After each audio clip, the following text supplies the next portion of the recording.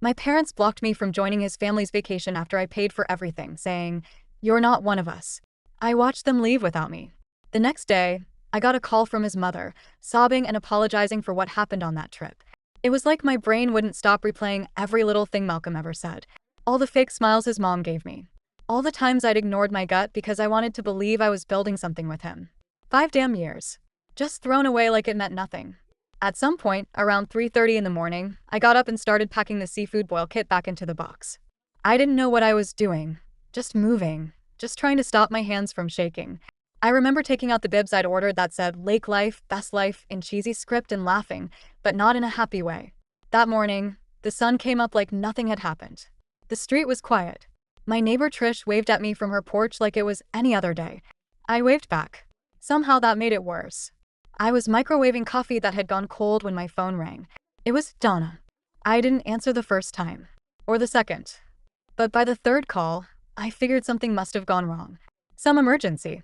So I picked up, expecting fake politeness or maybe a vague apology. What I got was something else entirely. "Cora," she croaked. "Cora, honey, I am so sorry." There was a long silence. I could hear her breathing hard, like she'd been crying for a while. Or maybe she was trying not to. "What's going on?" I asked, keeping my voice flat.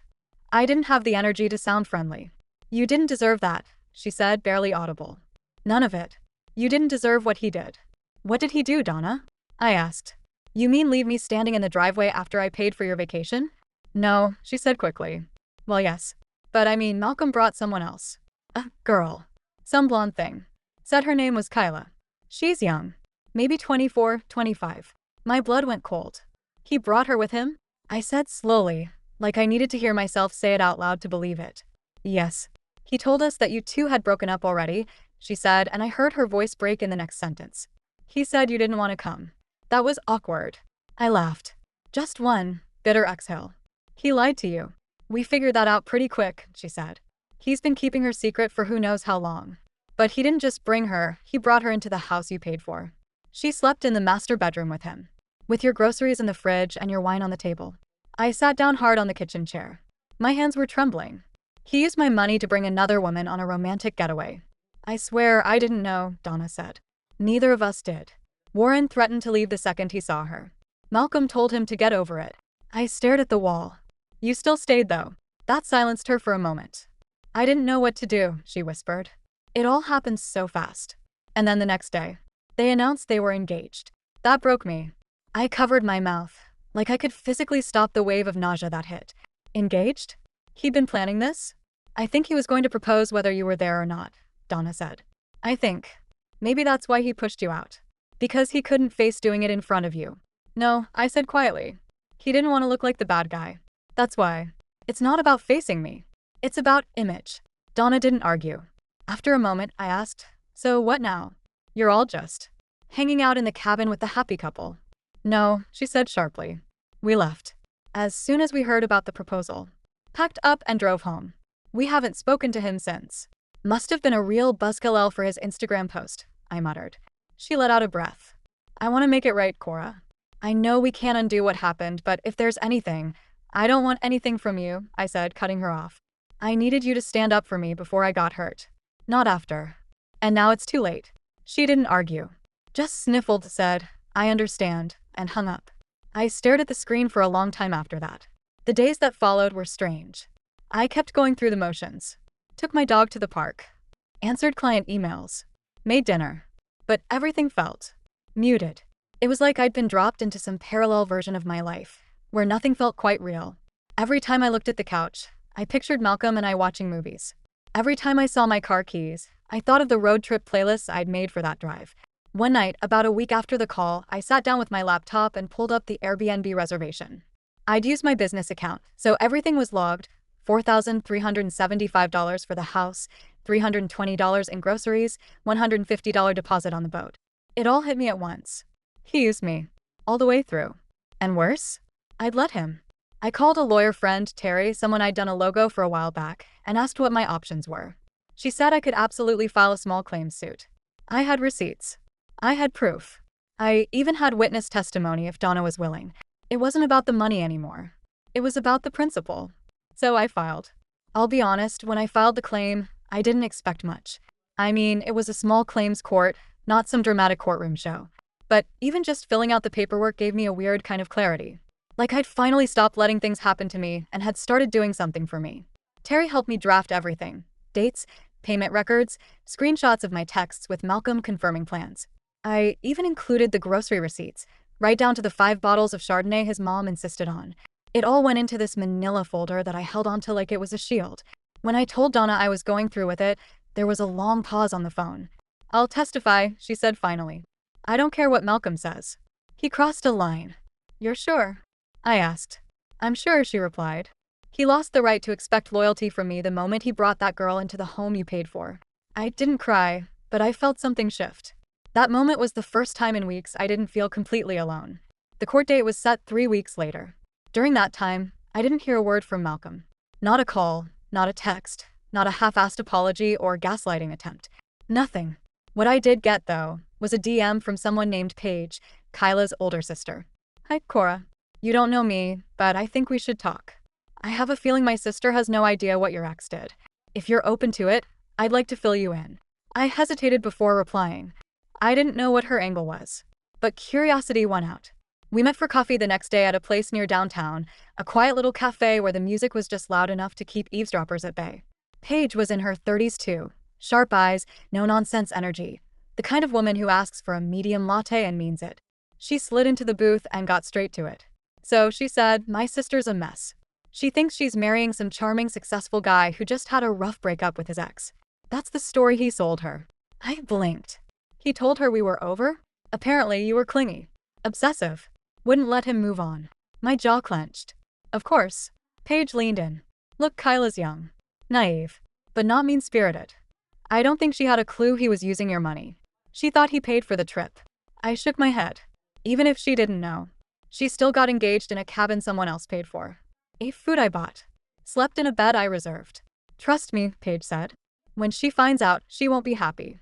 "I don't care anymore," I said, surprising myself. "I mean, I do, but I'm not trying to ruin her life. I just want mine back."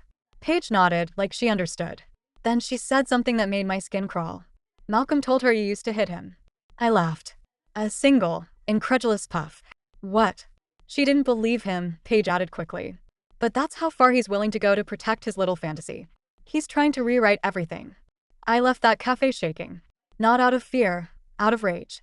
I'd spent 5 years shrinking myself to make room for him. Bending over backwards to be accepted by his family. Paying for trips and gifts and dinners because I thought it was building something. And here he was, painting me as violent. It was one thing to be betrayed. It was another to be turned into the villain of your own story. The court date came. He didn't show. Donna did. She sat in the second row behind me, hands folded in her lap, wearing a navy blazer like it was Sunday service.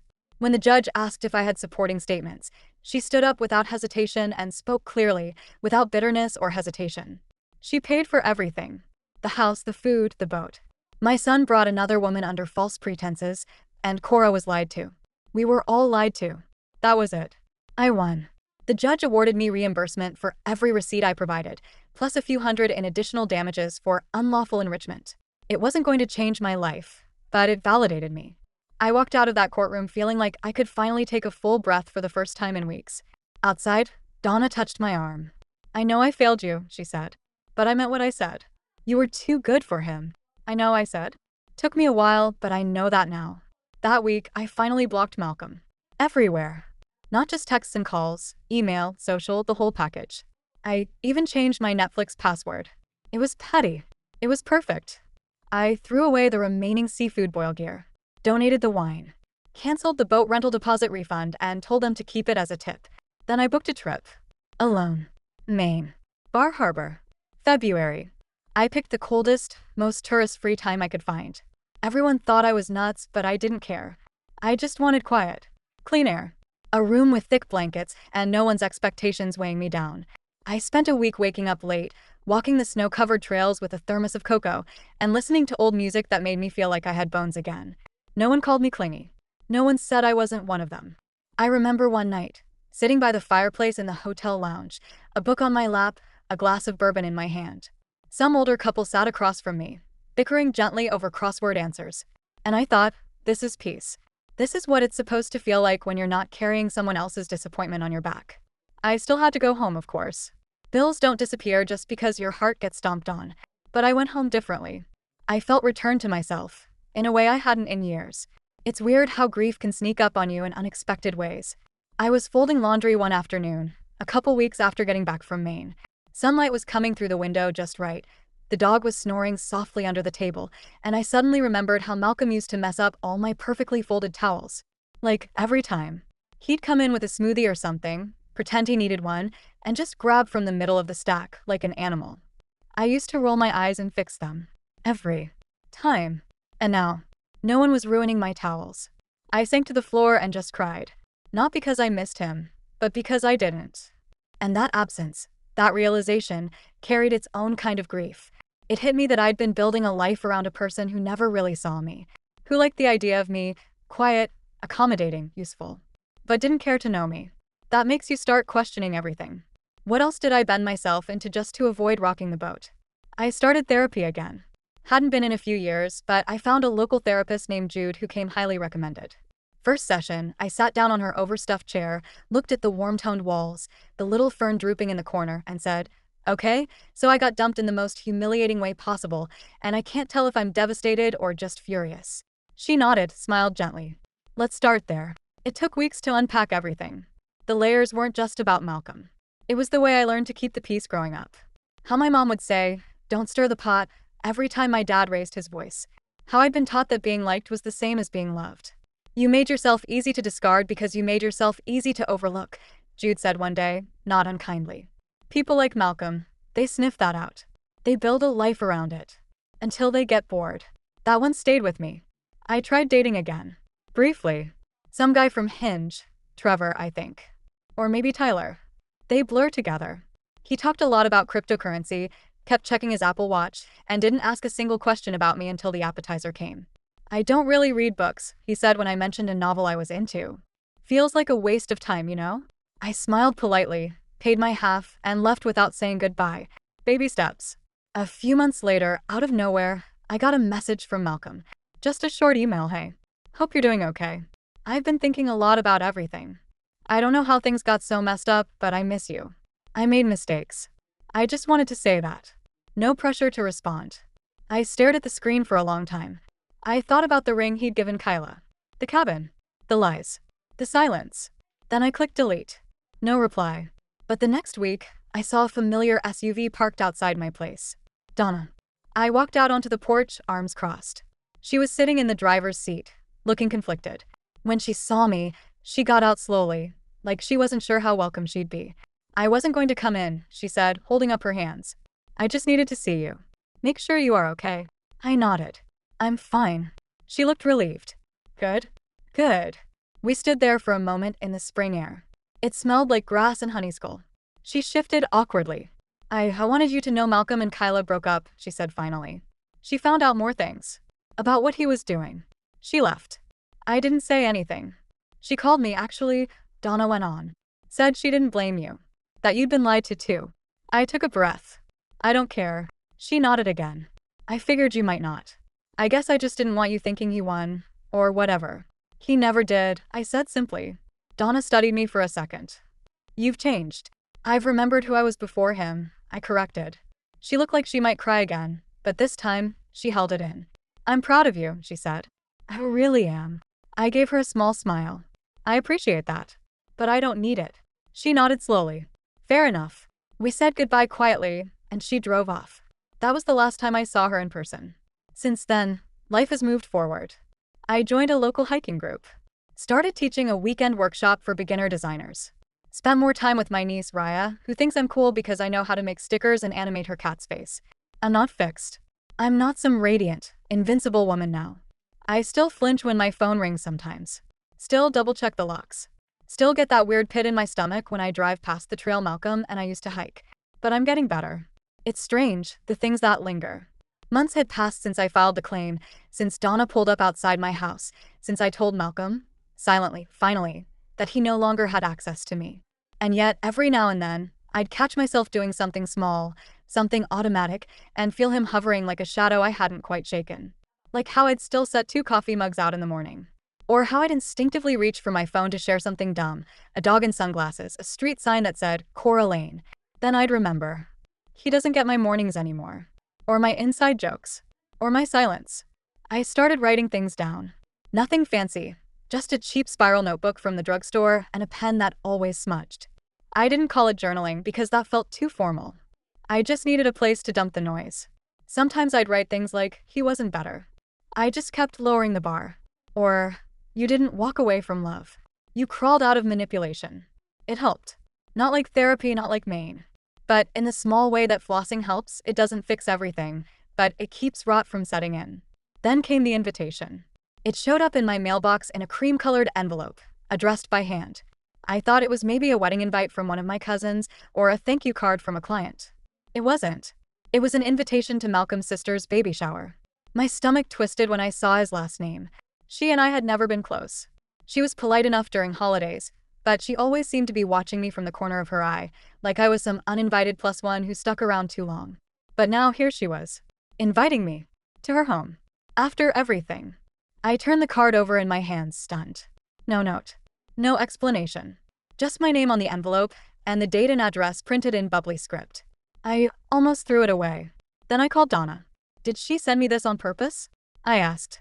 There was a pause. Then Donna sighed. She insisted, she said.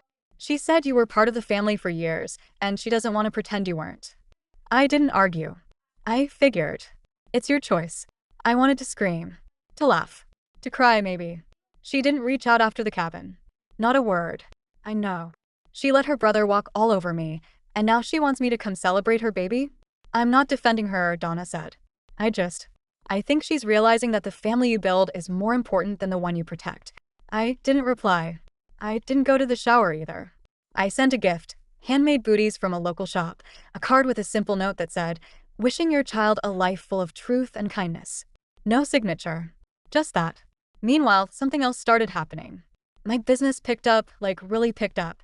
A client I'd done branding for referred me to a bigger company out of Raleigh, and suddenly I was taking Zoom calls with people who used words like deliverables and project pipeline. I found myself excited again. Not just because I was working, but because I remembered that I was good at what I did. Malcolm had always said things like, it's cute that you run your own little business.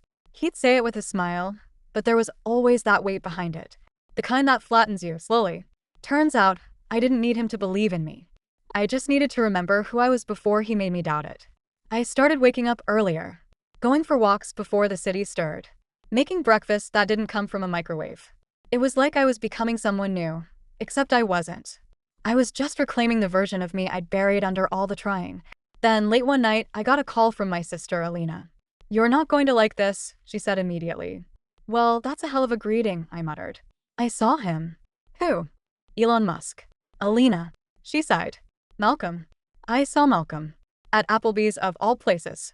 With another girl. Another? I asked, more tired than surprised. Not Kyla. This one had dark hair. Looked like she was about 12. I rubbed my forehead. Well, sounds about right. He didn't see me. But I watched them for a while. He was saying the same lines, Cora. The same dumb stories. The same dramatic pauses. Like he was running a script. That got to me more than I expected. Not because I wanted him back, God no, but because it confirmed what I'd feared all along. None of it had been real. Not the private jokes, the rituals, the lazy Sundays. It was a routine. A pattern he used and reused. It wasn't me he'd loved. It was the way I made him feel about himself. Alina said, you know you're better off, right? I do, I said. I really do. But later that night, lying in bed, I stared at the ceiling and felt something small and sharp settle under my ribs.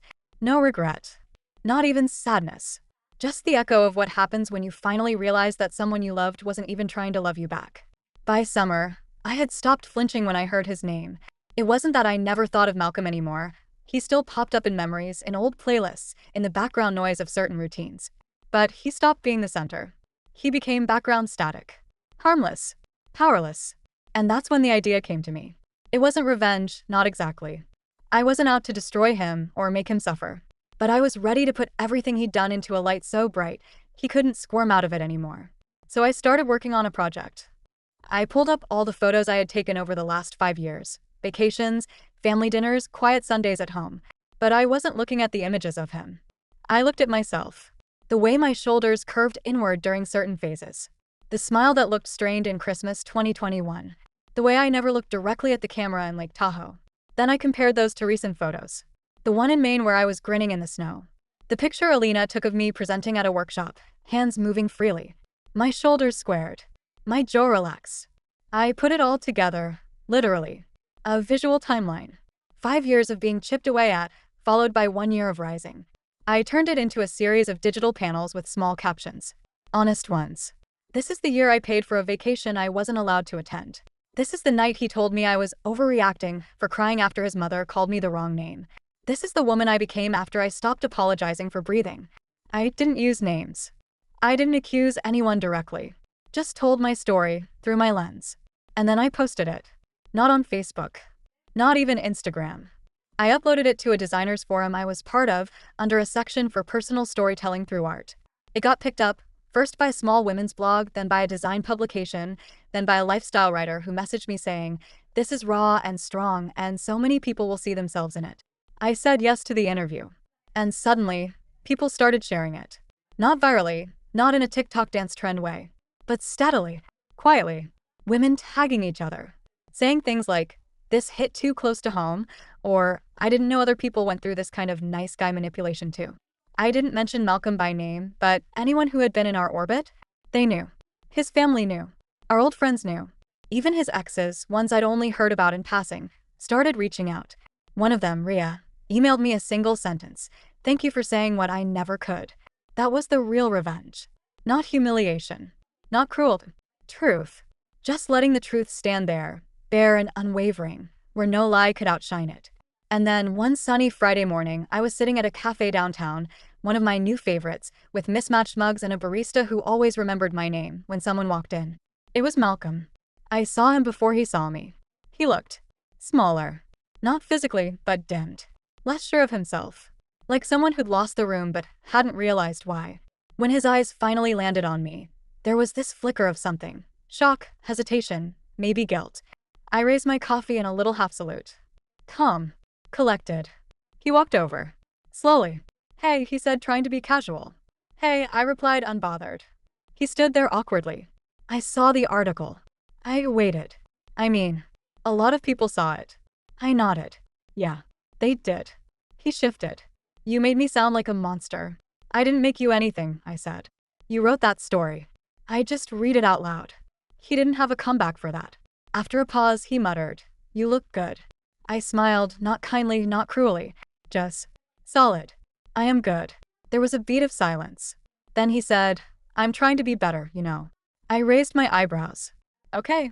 He seemed to want more. An opening. A scrap. Something. But I was done giving pieces of myself away for free. So I said, "Well, I've got work to do," and gestured to my laptop. He looked like he might say something else, but thought better of it. "Right. Okay. Take care, Cora. You too." And he left. Just like that. No drama. No begging. No final scene. Just a man walking away from the one person he never expected to rise without him. A few weeks later, I gave a talk at a local creative conference. Nothing huge. Just a panel of independent designers sharing personal work.